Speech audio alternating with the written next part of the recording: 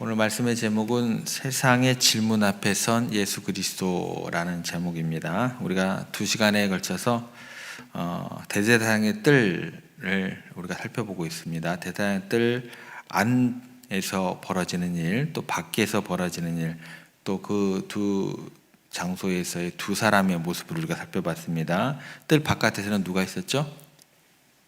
베드로가 있었습니다. 베드로가 이제 주님을 멀찍이 따라가 이제 떠오르셔야 되고, 멀찍이 따르다가 두려움에 사로잡히게 되고, 또 세상의 불 곁에 주저앉았던 제자 베드로의 실패의 모습을 우리가 보게 됐습니다. 그리고 바로 그 시간 동시에 뜰 안에는 누가 계셨어요? 예수님이 계셨습니다. 쏟아지는 모든 거짓과 모욕 속에서도 오히려 제자를 보호하기 위해서 절대 말을 안 하시고 침묵을 지키셨던 우리 주님의 또 그 사랑에 대해서 우리가 어제 묵상했습니다. 그리고 주님의 그 침묵은 무기력함이 아니고 또 세상 모든 소음과 또 거짓을 압도하는 거룩한 권능이 되었다라는 내용으로 함께 은혜를 나눴습니다. 그런데 이제 우리가 오늘 주목할 것은 뭐냐면, 항상 이제 주님께서 침묵으로 또 그 사랑을 베드로에게 또 우리에게 보여주셨지만서도 영원히 침묵하기 위해 이 땅에 오신 분이 아니시다라는 내용으로 오늘 생각을 해봐야겠습니다. 하나님께서는 반드시 말씀하셔야 될 때는 결정적인 순간에 말씀하시는 분이다라는 거죠. 이제 재판이 결정적이고 피할 수 없는 장면으로 이제 들어가게 됩니다. 모든 거짓 증언이 이제 실패로 돌아가자 초조해진 대제사장이 마지막으로 이제 날카로운 질문을 던지게 됩니다. 더 이상 이제 행동에 대한 질문이 아닙니다. 예수님의 존재에 대한 그 존재 자체를 겨누는 본질적이고 굉장히 위험한 질문을 하게 됩니다. 61절 하반절에 보면 이렇게 되어 있습니다. 대제사장이 다시 물어 이르되 내가 찬송받을 이의 아들 그리스도냐. 이 질문은 이제 다른 거짓 증언들과 그 무게와 차원이 완전히 다른 질문이 되는 겁니다. 이 전까지 질문들은 이런 것들이었어요. 성전을 헌다고 했다면서, 율법에 대해 이상한 말을 했다면서, 이거는 뭐예요? 모두 행동이나 말씀의 일부에 대한 왜곡되고 어떤 부분적인 어떤 물음들이었습니다. 그런 거짓된 물음들에 대해서는 예수님께서 대답할 가치를 느끼지 않으셨습니다. 그래서 침묵하셨습니다. 그런데 지금 대제사장의 이 마지막 질문은 예수님의 행동에 집중되는 질문이 아니고 그분의 존재 자체를 묻고 있는 거예요. 당신은 누구이십니까? 당신이 정말 온 이스라엘이 수천 년간 기다려온 바로 그 메시아, 살아계신 하나님의 아들 맞습니까? 여기서 대제사장이 사용했던 찬송 받으실 이, 이거 표현은 우리가 좀 주목해 봐야 됩니다. 유대인들이 하나님을 그들의 입으로 부르지 못했어요. 야훼 또 아도나이 이런 걸 직접 부르지 못했습니다. 못했던 그래요. 그래서 그 우회적인 표현으로 뭐 찬송 받으실리 뭐 이런 식으로, 그리고 그건 눈으로만 보고 넘어가고 그 단어는 뭐 이렇게 그렇게 함부로 부르지 못했습니다. 하나님을 지칭하는 가장 경외심 가득한 왕고어법이 여기서 찬송 받으시리다라고 이야기를 하면 우리가 이해를 하면 됩니다. 그래서 이 질문은 뭐냐면, 당신이 하나님의 아들 그리스도냐라는 직접적이고 이제 신학적인 질문으로 들어가는 거예요. 이 질문은 바로 우리 주님께서 말씀이 육신이 되어 이 땅에 오신 그 자체가 되는 겁니다. 이 질문은 주님께서 이제 곧 십자가를 지셔야만 하는 사명의 핵심이기도 합니다. 따라서 이 질문 앞에서 예수님께서는 더 이상 침묵을 하실 수가 없어요. 침묵하시면 뭐예요? 메시아가 아니게 되는 거예요. 만약에 여기서 침묵하신다면 그것은 뭐냐면 예수님의 삶과 사명 자체를 스스로 부인하는 것이 되기 때문에 그래요. 그래서 하나님은 반드시 말씀하셔야 할 때, 당신이 누구신지를 반드시 드러내셔야 할 때 나타내시고 또 말씀하시는 분이다라는 거예요. 이제 법정의 모든 시선이, 천상의 모든 천군 천사가 이 역사적인 순간 예수님의 입술에 집중하게 됩니다. 그리고 그분의 대답을 기다리고 있습니다. 그리고 마침내 침묵을 깨십니다.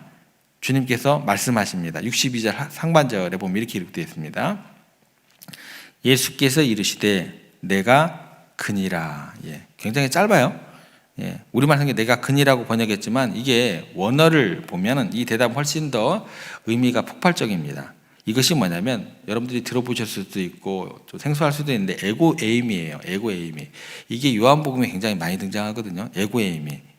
Yes, I am이라는 어떤 그런 뜻이 있는 거고, 이게 구약 성경 전체를 관통하는 하나님께서 자신을 항상 드러내실 때 사용하셨던 가장 신성하고도 거룩한 자기 선포이십니다. 예를 들어서 이제 하나님께서 이제 시내산 떨기나무 불꽃나무에서 모세를 부르셨을 때 모세가 이렇게 이야기를 하죠. 제가 이스라엘 자손에게 가서 너희 조상의 하나님이 나를 너희에게 보내셨다 하면 그들이 그의 이름을 무엇이냐 하리니 내가 무엇이라고 그들에게 말하리까? 라고 묻습니다. 그때 하나님께서 자신의 이름을 이렇게 이야기를 하십니다. 나는 스스로 있는 자니라. I am who I am. 이거예요. 히브리어로는 예흐에 아쉐르 에흐에. 이것을 신약으로 가지고 오면 헬라어로는 에고에이미가 되는 거예요. 이게 무슨 뜻이냐면 나는 어떤 존재에 의해 만들어진 존재가 아니다. 나는 과거에도 있었고 현재에도 있고 미래에도 영원히 존재하는 모든 존재의 근원이다. 바로 그 하나님의 이름을 지금 법정 앞에 선 죄수의 모습으로 서 계신 나사렛 예수님께서 자신의 정체성으로 선포하고 계신 겁니다. 그러니까 단순한 고백이 아닌 거예요. 주인 대신, 성전의 주인 대신 하나님께서 스스로를 드러내시는 자기 선언이 되는 겁니다. 그리고 예수님께서는 이 대답이 불러올 결과를 너무나도 명확하게 알고 계셨습니다. 이름도 못 부르잖아요. 눈으로 읽고 넘어가는 사람들이잖아요. 이 에고에임이라는 말이 당신의 입에서 떨어지는 순간 대제사장이 신성모독이라는 제목을 외치고 자신에게 사형을 언도할 것도 분명히 알고 계셨습니다. 다시 말해서 이 고백이라는 것은 죽음을 향해서 스스로 선택해서 한 걸음 한 걸음 더 깊이 들어가시는 결단의 고백이고, 우리를 또 영원한 생명을 위해서 자신의 목숨을 내놓으시는 희생의 고백이 되는 지점이 됩니다. 그런데 주님께서 여기서 멈추지 않으십니다. 자신이 누구신지를 선포하신 후에 이제 자신이 앞으로 어떠한 일을 하실 것인지 구약의 말씀을 인용해서 앞으로 되어질 일들에 대해서도 장엄하게 그들에게 선포하시게 됩니다. 62절 하반절에 보면 이렇게 기록되어 있습니다. 인자가 권능자의 우편에 앉은 것과 하늘 구름을 타고 오는 것을 너희가 보리라. 이 선포 안에 구약의 중요한 메시아 예언 두 가지를 그대로 담아내게 됩니다. 예수님께서 지금 자신을 재판하는 사람들에게 자신의 진짜 정체성과 그들의 미래를 알려주시는 가장 놀라운 선언이 됩니다. 첫 번째 선언은 뭐냐면 권능자의 우편에 앉을 것. 이것은 뭐냐면 시편 110편 1절의 말씀의 성취에 대해서 이야기하는 거예요. 거기에 보면 이렇게 기록되어 있습니다. 여호와께서 내 주에게 말씀하시기를 내가 내 원수들로 내 발판이 되게 하기까지 너는 내 오른편에 앉아 있으라 하셨나니. 오른편은 단순한 자리가 아니라 하나님과 동등한 권세의 능력을 상징하는 자리가 됩니다. 예수님께서 그러면 지금 이렇게 말씀하고 계시는 거예요. 너희가 지금 나를 죄수 취급하고 있구나. 그죠? 그렇지만 나는 죽음을 이기고 부활 후 승천한 후에 하늘 보좌 우편에서 온 우주를 다스리는 진짜 왕이 될 것이다. 이게 첫 번째입니다. 앞으로 되어질 일. 두 번째는 뭐냐면 하늘 구름을 타고 오는 것. 이것은 다니엘 7장 13절 말씀의 성취가 되는 겁니다. 거기 보면 이런 말씀이 있습니다. 내가 또 밤 환상 중에 보니 인자 같은 이가 하늘 구름을 타고 와서 옛적부터 항상 계신 이에게 나아가 그 앞으로 인도되며. 인자라는 것은 보통 이제 예수님께서 자신을 가리켜 가장 즐겨 사용하신 호칭입니다. 그리고 구름을 타고 오는 것은 뭐예요? 마지막 날에 모든 인류를 심판하기 위해 재림하시는 심판주의 영광스러운 모습을 상징하게 됩니다. 그러므로 이 선포는 뭐가 되냐면 지금 자신을 재판하고 있는 그들을 향한 엄중한 경고이자 심판의 예고가 되는 말씀이 되는 거예요. 그러니까 이거를 침묵하실 수가 없는 거예요. 너는 누구냐라고 했을 때, 지금은 너희가 나를 심판하는 재판관의 자리에 앉아 있지만 마지막 그날에는 내가 너희를 심판하는 재판장이 되어 올 것이다. 그때가 되면 지금의 이 자리는 완전히 뒤바뀌게 될 것이다. 이 내용이 다 담겨져 있는 구절이 되는 겁니다. 그래서 세상이 예수님께 물었습니다. 네가 찬송받을 이 아들 그리스도냐? 이 질문은 오늘날에도 세상이 교회를 향해서 그리고 저와 여러분 한 사람 한 사람의 삶을 향해 끊임없이 던지는 질문입니다. 당신이 믿는 예수님은 정말 누구이십니까? 그가 정말 당신의 인생을 걸 만큼 가치 있는 분이 맞습니까? 여러분 그렇게 생각하고 계세요? 그 질문에 답을 하셔야죠. 예수님께서 침묵으로 일관되게 모든 사역을 감당하신 게 아닙니다. 정말 그 존재에 대해서 궁극적인 너라는 사람이 누구냐라고 물었을 때 거기에 대해서는 죽음을 무릅쓰고도 말씀하실 때 하셨고 또 되어질 일들에 대해서 말씀하셨다라는 거예요. 끊임없이 던지는 질문. 당신이 믿는 예수님이 누구입니까? 당신의 인생을 걸 만큼 가치 있는 분입니까? 오늘 우리는 그 질문에 대한 예수님의 대답을 들었습니다. 에고 에이미, 내가 바로 그다. 나는 너희의 죄를 위해 기꺼이 죽음을 선택하는 구원자이고 장차 온 세상을 다스리고 심판하기 위해 다시 올 왕이다. 이게 복음의 핵심이 되는 겁니다.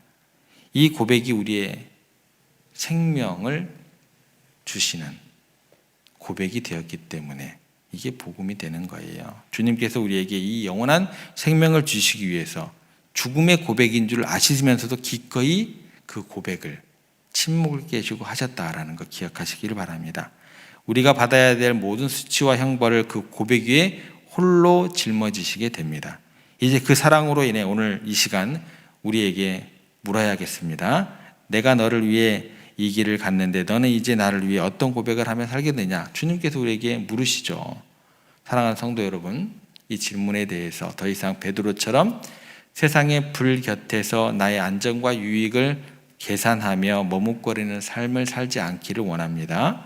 주님께서 우리에게 주신 그 위대한 고백, 그 영원한 생명을 가지고 이제는 우리가 살아가는 삶의 자리에서 담대하게 예수님을 왕으로 고백하며 살아가는 우리가 되었으면 좋겠습니다.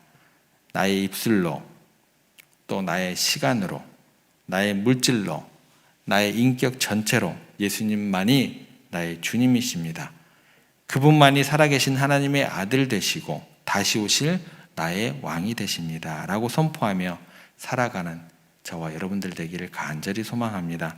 그 생명을 주는 고백이 여러분의 가정과 직장과 이웃 가운데 울려 퍼질 때 그때 죽어가는 영혼들이 주님께로 돌아오는 생명의 통로, 축복의 통로로 귀하게 쓰임받게 될 줄 꼭 기억하고 그 길을 우리가 걸어갔으면 좋겠습니다.